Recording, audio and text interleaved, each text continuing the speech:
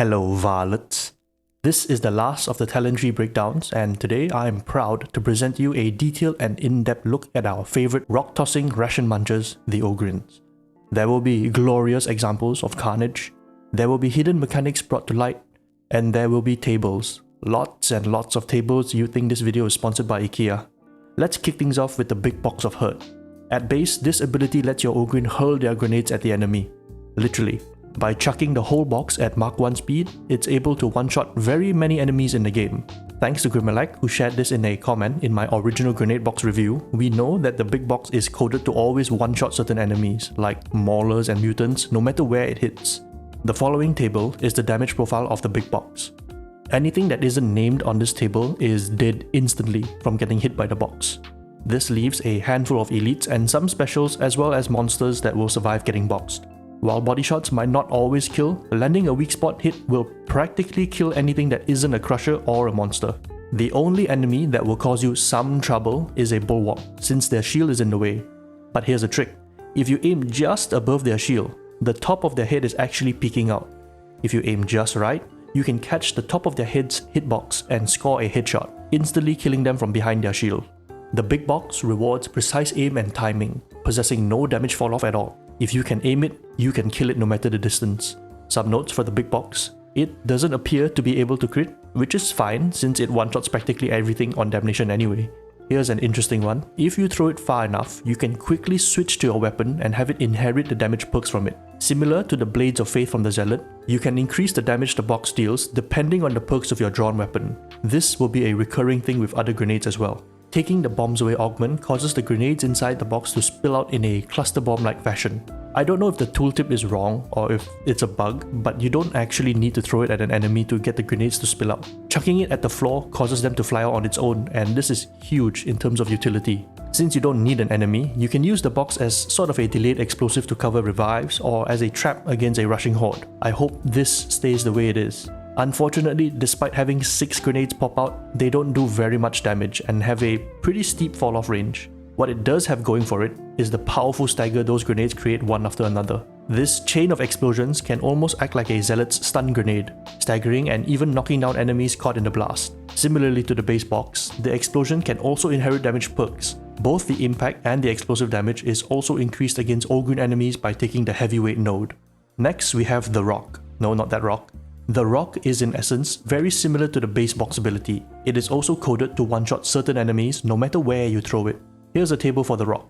Understandably, it does less damage than the box because not only do you have 4 of them, you regenerate 1 rock every 60 seconds. The drawback to this is that neither ammo boxes nor grenade boxes you find in a mission can recharge your rocks. You just gotta wait for your Ogryn to find more along the way. Back to the table. Enemies that are listed here are those that don't immediately die from at least getting hit in the body. So, your Ogryn enemies like Reapers and Bulwarks will survive getting stoned as well as Drake Ragers and Maulers. A Poxburster will survive the impact if you chuck it at their body, so aim for the head to blow it up. Same for Flamers as well. Like the box, it has no fall-off damage and will do full damage no matter the distance. It also can inherit damage perks and the benefit of heavyweight as well. Finally, we have the Frag Bomb. Probably what everyone is curious to learn about. Where do I begin? Let's start with damage. I believe the scientific terminology for the damage output of the Frag Bomb is a metric ass load. Apart from monsters, there are only 2 enemies in the game on damnation level that can survive a point-blank explosion from this grenade: Maulers and Crushers. This is the part where I would normally show you a table of the damage the Frag Bomb can deal, but seeing as the table would be just rows and columns of the wood dead plastered across all but 2 enemies, I decided to do something a little more useful. But first, we must know this. The Frag Bomb does experience damage fall-off, but unlike the Vet's Frag Grenade, the damage fall-off isn't immediately very steep after point-blank range. Here's a table measuring the approximate damage fall-off of the Frag Bomb. What this table is saying is that at 2 meters away from the center of the explosion, enemies take around 32% less damage. This is a pretty steep drop, but not as severe as the Vet's Frag Grenade, which loses 61%. After 2 meters, the Frag Bomb will continue to lose damage almost linearly until it reaches the edge of the 16-meter blast radius, where the grenade has lost about 90% of its damage. Now that you know how the damage fall-off for the Frag Bomb works, I can introduce you to a bunch of tables that contain the lethal distance at which your Frag Bomb is effective at. In other words, this is the maximum range a Frag Bomb can one-shot enemies until. Anything further and they will survive the blast. I have done this for every single enemy in the game for damnation level difficulty, so on lower difficulties, the lethal distance is even further. The tables you are seeing are organized by enemy type. The first table will be the lethal distance for regular enemies, the second will be for elite enemies, the third for specials, and the last one is for monsters. Please feel free to pause if you want to take a closer look, otherwise I shall sum up the findings of the table as such. Infested enemies are surprisingly resilient against explosive damage. Poxwalkers and Poxhounds are among some of the more relatively durable enemies and have shorter lethal distances. Bulwarks with their guard up will only get stunned by the blast and take no damage. You can resolve this by throwing the grenade at them so you can crack them open to be hit by the explosion. The average lethal distance at which most enemies will die from the explosion is between 8 to 9 meters. At this range, only the toughest of the tough will remain.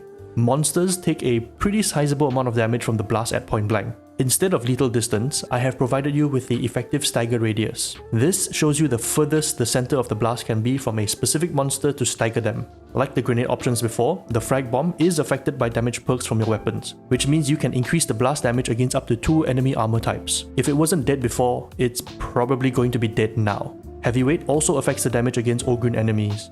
Next, we move on to the first of our combat abilities. The base Bull Rush allows you to charge ahead in a straight line, traveling up to 12 meters and gaining a powerful attack and movement speed buff. Colliding with enemies either knocks them to the floor for 6 seconds if they are lesser enemies, or comes to a halt and heavily staggers them if they are Ogryn enemies or monsters. A very useful thing to know about the Bull Rush is that you can stop your charge early by pressing the backwards key or button. You will travel a minimum of 5 meters before you can stop, so make sure to not charge off a cliff or a ledge. This allows you to gain the attack speed bonus without having to change your position entirely. Charging into a mutant or a plague Ogryn will stop their charge. Remember to do this to unlock the penance for the Ogryn. Taking the Indomitable Augment doubles your Bull Rush distance to 24 meters and allows you to charge through all enemies except monsters. This addition to your base ability provides you with one of the most powerful crowd control and mobility tool in the game, letting you cut through hordes and armor to clear a path or to rush to the side of a teammate in distress. Stomping Boots lets you replenish 10% toughness per enemy hit by your charge, acting as a buffer to let you reposition yourself and get into better shape at the same time. Trample gives you a 1% increase in your base damage for 8 seconds for every enemy hit by your charge, max 25 stacks. Combining this with the attack speed bonus from the base Bull Rush allows you to dish out the hurt to the hapless enemies that are sprawled on the floor after getting run over by you. Pulverize lets you apply 5 stacks of bleed to any enemy you collide with. This node has synergy with Delight in Destruction, allowing you to briefly gain a massive damage resistance buff after charging right into the middle of things. I've explained how bleed works in detail in my veteran talent tree review, so if you'd like to get a fairly detailed explanation, I'd recommend you check that out. For this video, I'll just bring out the bleed table to show you the kind of damage 5 stacks of bleed can deal. In essence, the more stacks of bleed you can stack, the more damage it will deal. While Pulverize is basically meant to synergize with the other bleed nodes since it's fixed at 5 stacks, there is a little trick you can do to actually get some pretty sizable damage from it. For some reason, if you stop the charge early, enemies that you collide with at the same time that you stop will have the bleed from Pulverize applied twice, totaling 10 stacks of bleed. I think the game counts you colliding with them as one charge and then getting hit by the force of stopping as another. Not game breaking by any means, but lets you squeeze out a little more damage on your target of choice. Next, we have Loyal Protector. This ability lets you taunt enemies within 8 meters, making their heads glow orange and forcing them to only attack you for the next 15 seconds. You can hold the ability down to see the radius of the taunt. This is one of my favorite abilities in the game because of how it works. First thing to note, activating Loyal Protector does not interrupt any combat actions. You can be charging a heavy attack, holding up your block, or aiming your rock to throw, and using your taunt will not stop you. Activating your taunt also staggers enemies in range, allowing you to disrupt enemy attacks mid-animation. In a way, this ability works very similarly to the Psyker's Venting Shriek, except for the peril quelling part. But the main reason I like it is because regular ranged enemies that have been taunted are forced to engage you in melee. They will put their guns away and face you with their toothpick of a melee weapon. Pairing this ability with the Slab Shield makes you an absolute nightmare for small groups of ranged enemies. Not only can you casually walk up to them, blocking all their pathetic shots, but then you can taunt them into melee without even having to drop your block as well. Valuable Distraction is a supporting augment that increases the damage all enemies take by 25% if they are taunted by you. This includes your own attacks as well. While allies can certainly capitalize on you taking all the aggro to do extra damage, this is essentially a damage boost for you to deal even more punishment to enemies as well. On the other side, you have Just Getting Started. Every time you stagger an enemy, you regain 2.5% cooldown of Loyal Protector. If there's one thing an Ogryn is not short on, it's stagger. Practically anything you do is going to proc Just Getting Started, giving you a huge boost to your taunts uptime, allowing for more opportunities to control and direct the flow of battle. Big Lungs simply increases the radius of your taunt by 50%, pushing it to 12 meters and giving more room to disrupt and direct aggro on yourself. A bigger radius also means that range enemies are in even more trouble since you don't have to come as close anymore. Our final ability is Point Blank Barrage. Activating this ability instantly reloads your ranged weapon and swaps to it, granting you a 25% boost to your fire rate and a massive 70% reload speed for the next 10 seconds. This ability is essentially where the vet's old Sustain Fire feat went to, with additional buffs thrown in. Anyone who knows the value of Sustain Fire will see the value immediately in this ability, but for those of you who are not aware, the ability to instantly reload your weapon, especially those with really long reload times, can be game-changing, not just in terms of sustained DPS, but can make you have a newfound appreciation for a weapon when you no longer have to contend with its reload. You couple this with the increased fire rate and huge reload speed boost, and all of a sudden, all of the Ogryn's ranged weapons are magical to use. I'll highlight one in particular, and it's definitely my favorite to use with this ability, the Rumbler. Combined with Adhesive Charge and the overall buffs to the weapon, the Rumbler can devastate monsters with ease. Observe.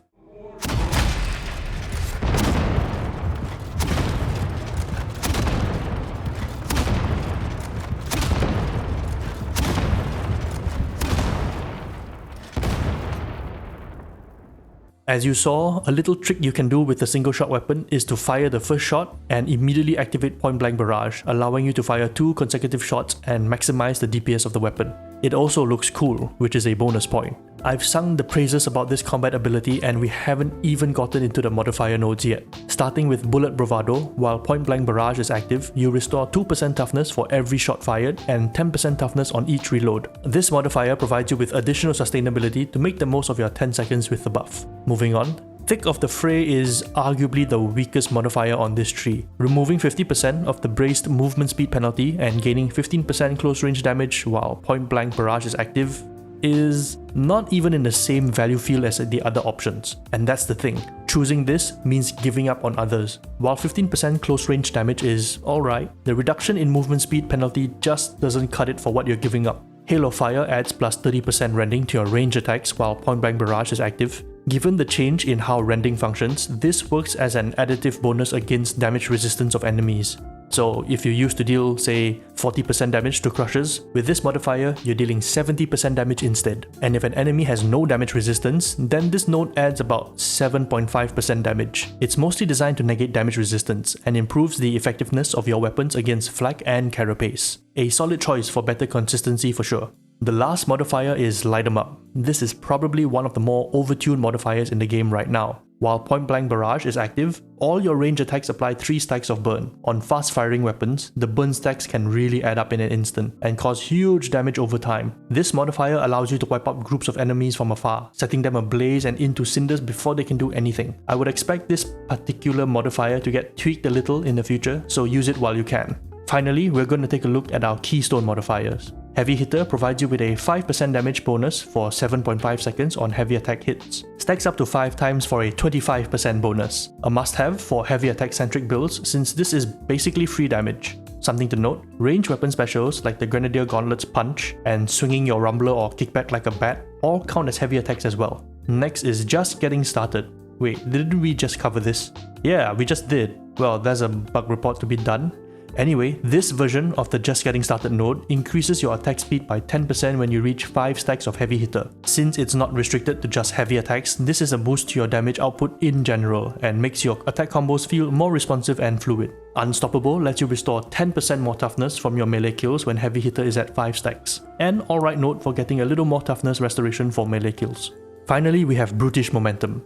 Heavy Hitter's duration is refreshed by light attacks. I like this node a lot because I love weaving in different melee combos in my playstyle. Taking this node essentially lets me do whatever combo I like while still retaining the heavy hitter buff, a quality of life node that adds more freedom to your playstyle. The next keystone node is Feel No Pain. And let me tell you guys, this node has been one of the biggest pains to test because I had to eliminate so many variables to come to the conclusion that it's partially bugged. This keystone node blesses you with 10 stacks of Feel No Pain. Each stack provides you with 2.5% toughness replenishment and 2.5% damage reduction. Each time you take health damage, you lose a stack. Stacks are restored every 6 seconds. This keystone is where the Ogryn's original damage resistance passive went to. At 10 stacks, you have plus 25% damage resistance, which is great, and plus 25% toughness replenishment, which is nice. The problem? The toughness replenishment part of this keystone isn't working. At max stacks, it's supposed to provide a 25% modifier to the base 5% toughness you get from melee kills. I have tested and compared against other toughness replenishment nodes like Too Stubborn to Die,